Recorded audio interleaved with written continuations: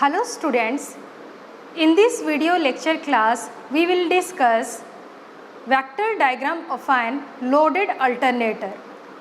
After completion of this topic, you will learn how to draw equivalent circuit diagram of an alternator, how to do vector diagram of an alternator, and what are the factors that affects the terminal voltage of an alternator, and also what is the effect of power factor on the terminal voltage. So let us start the vector diagram of an alternator. You know that in an alternator, let I take the example of salient pole alternator having two number of pole.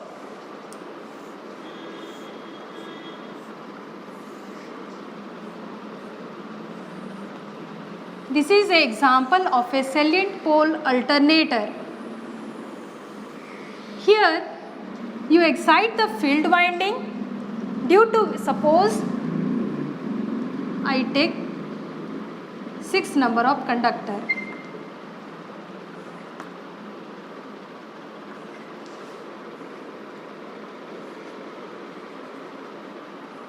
Okay. Here, if you excite the field winding, hence flux is created which circulate in the air gap synchronously and links also the armature winding which are wound on these stationary conductors, stationary slots.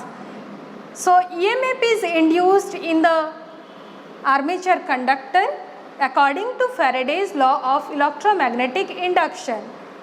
If load is connected with the armature winding, then only current is flowing through it. So here, if our armature is loaded, then only current is flowing through the armature winding, and the terminal voltage is not equal to the generated voltage. Why? Terminal voltage means, suppose this is the R phase. Okay, this is R dash. This one is the yellow phase and this one is the blue phase, and all they are displaced by each other by an electrical angle of 120 degree. Here I connect a load.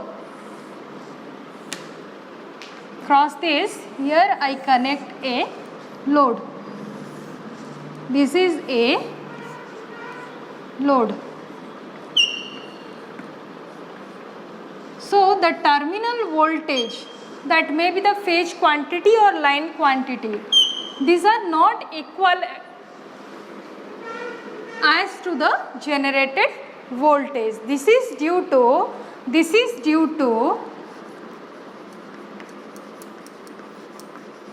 armature winding resistance written as RA,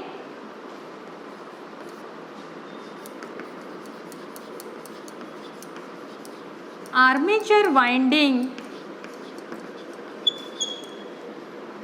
leakage reactance,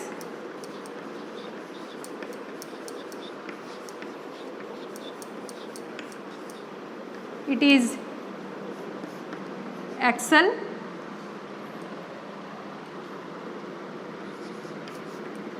and third, due to armature reaction reactance, it is written as XA. It is also called as fictitious reactance. Fictitious reactance. Due to this factor, the terminal voltage across the load is not equals to the generated EMF, but it is less than the generated EMF due to these three factors.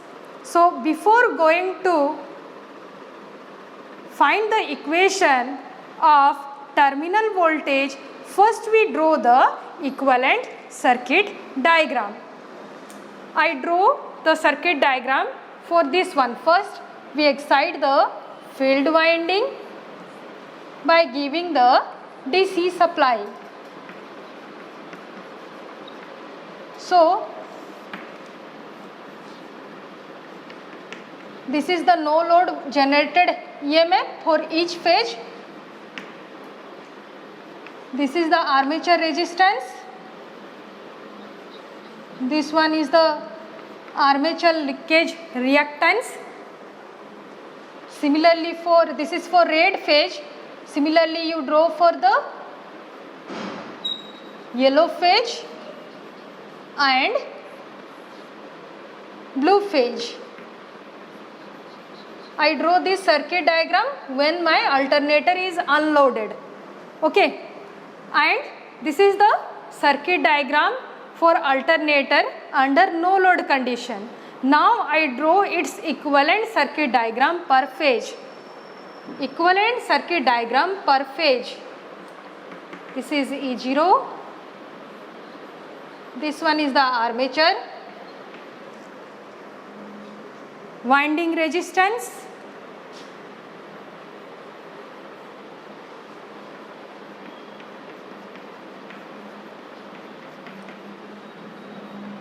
And this one is the armature winding leakage reactance XL. This is the terminal voltage, or you may say write it as a VL.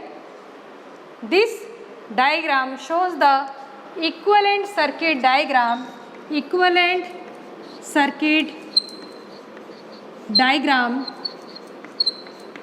under no load condition of an alternator. It is the per phase equivalent circuit diagram under no load condition. If the system is loaded, suppose it is the no load condition, suppose my system is loaded, then current flowing through the load, due to which the interaction between armature flux and field flux gives armature reaction. Okay, so what changes you see in this equivalent circuit diagram? When my system is loaded, there is a armature reactance. We include the reactance XA in this equivalent circuit. So when my system is loaded, then there be a little bit change in this equivalent circuit. When it is loaded, here we include one more reactance, that is XA.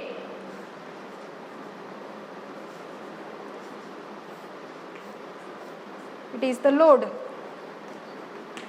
So this equivalent circuit diagram now shows per phase equivalent circuit diagram under loaded condition. Okay, previously what we have shown on that diagram? Previously you have seen that when my system is unloaded, the per phase equivalent circuit diagram is this one, where the terminal voltage is equal to E0. Why? Because no current is flowing through the load. Hence terminal voltage is equivalent to the no load generated voltage.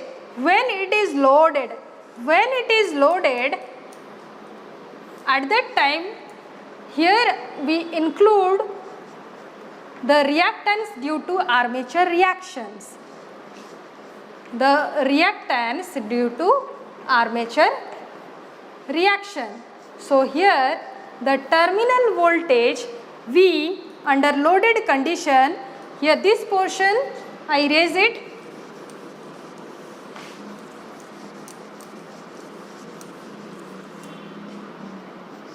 VL, or simply you write V is equal to, by applying KVL, you get V is equal to, or suppose I write E as it is a generated no load EMF generated per phase, E0 equal to I into RA plus I into J XL plus XA plus the terminal voltage, or we may write this JXL plus JXA as a JXS, that is synchronous reactance, plus V. Okay, or I take I common. Suppose this is equation number 1, this is equation 2, or E0 I RA plus JXS plus V, equation number 3, or you may write E0 is equal to I into ZS, that is the synchronous impedance, plus V, equation number 4, or you may write V is equal to terminal voltage is equal to E0 minus I ZS, equation number 5. Now this terminal voltage is varied according to the change in load. Change in load means 3 type of loads are there, that is resistive, inductive and capacitive, or you may say that unity power factor, lagging power factor and leading power factor. So first we see for unity power factor, vector diagram for unity power factor. In this condition, in this study, we will see the vector diagram under 3 conditions. The vector diagram under 3 conditions for unity power factor, second for lagging power factor, and third for leading power factor. You know that for unity power factor, the voltage and current are in same phase, or you may say that the phase angle between voltage and currents are 0. Then lagging power factor. In lagging power factor, current lags the voltage by exactly 90 degree. For purely inductive circuit, current lags the voltage by an angle of 90 degree, or you may say that voltage leads the current by an angle of 90 degree. Reverse in case of leading power factor. That means if the circuit is purely capacitive, at that time current leads the voltage by an angle of 90 degree, or you may say that voltage lags the current by an angle of 90 degree. So now we will see how to draw the vector diagram for a loaded alternator with different type of load. So first we see for unity power factor load. For unity power factor load, here suppose I take current as a reference. Current as a reference. So here for finding E0, the voltage is same phase with current. Okay, the terminal voltage is same phase with this current. Then IRA, it is also same phase with this I, that is the voltage drop due to armature winding resistance. Then next, this factor and this factor. This is I into XL is the voltage drop due to armature winding reactance. I into XA is the voltage drop due to armature reactance, that is the fictitious reactance. So all these two components lead the current I by 90 degree. Lead the current I by 90 degree. This is I into XA, this is I into XL. So all this component sum gives E0, gives E0.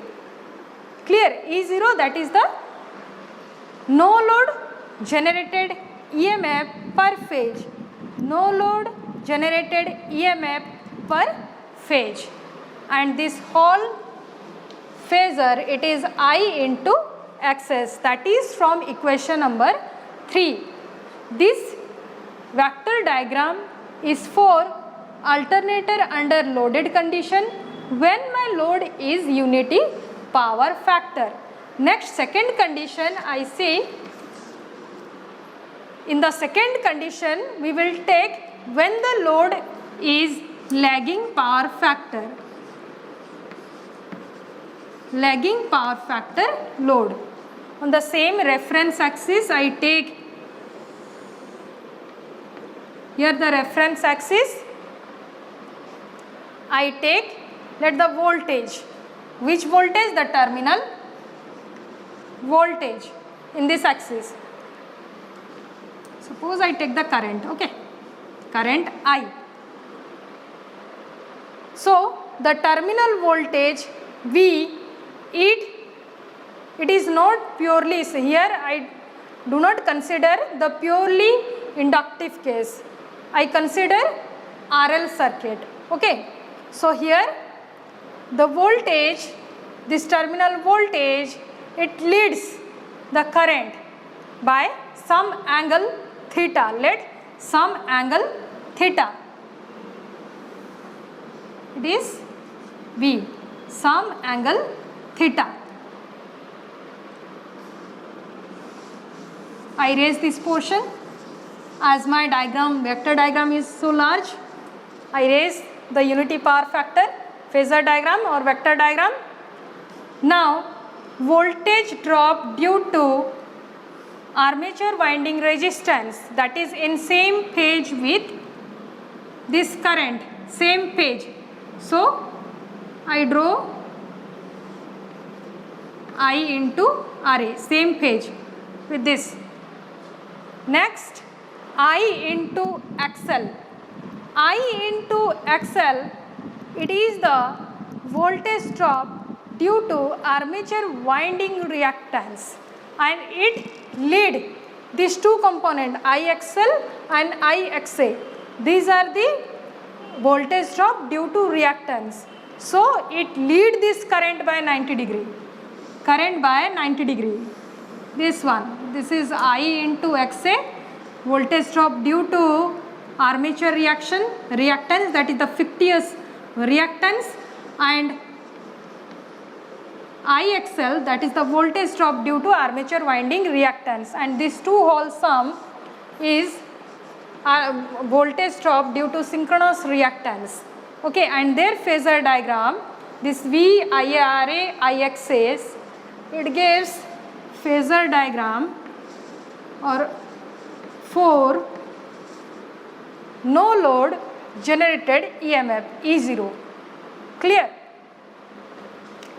This one is, this phasor, it is IZS, this one from equation number 4, that is V plus IZS.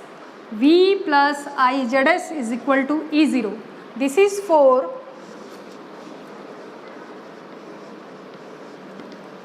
lagging power factor. Lagging power factor.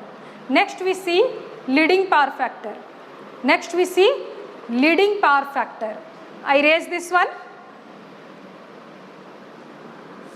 Leading power factor. According to this 5 equation, we have already drawn the vector diagram for unity power factor and lagging power factor. Now I will draw the vector diagram for leading power factor by using this 5 equation. For leading power factor. For leading power factor, I take I as a reference one, then voltage V. This voltage V for leading power factor, it lags the voltage, lags the current by some angle.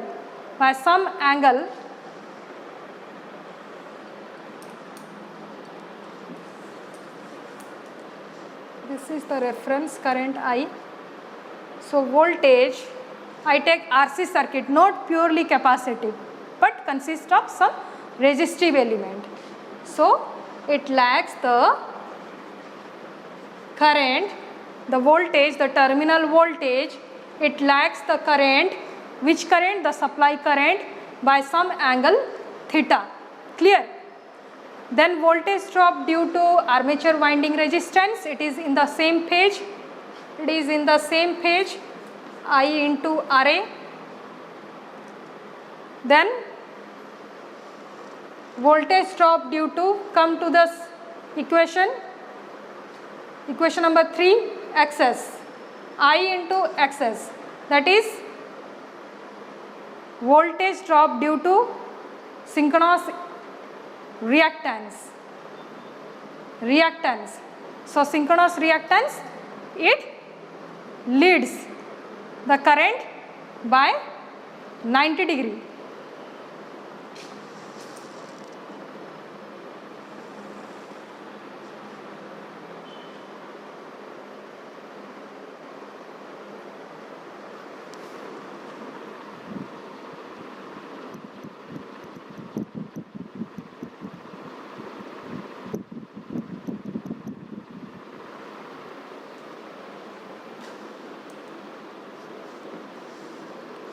This one is suppose I into XA, I XL, and their whole sum is I into XS. Okay, I erase this one. I take the small vector for I. Now their phasor sum V from equation number 2, I into V plus I into Ra plus I into Xs gives E0, that is no load generated EMF per phase. So here student, in this study you have learned what are the factors that decreases the terminal voltage when the alternator is loaded. Also you have learned how to draw vector diagram for alternator when it is loaded for different type of load. And after completion of this topic, you will able to solve the numericals when alternator is loaded and unloaded by using this vector diagram. Thank you.